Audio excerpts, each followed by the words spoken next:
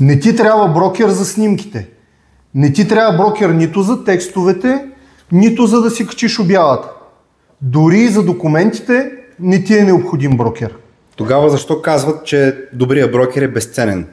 Слушай, добрият брокер ще ти даде най-точна информация за това на какви цени реално се случват сделките в твоя район. Защото има много голяма разлика между това на какви цени се обявяват имотите в имотните портали и това на каква цена се случват сделките. Нали? Добрият брокер е ходеща база данни. Освен това, той ще поеме всичките обаждания, дори тези, които са с други агенции, за да се запознаят с твоя имот.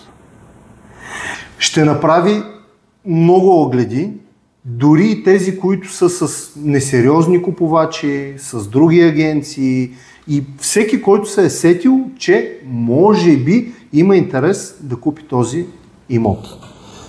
И най-важното, когато имаш брокер от твоята страна на сделката, има кой да защитава твоите интереси.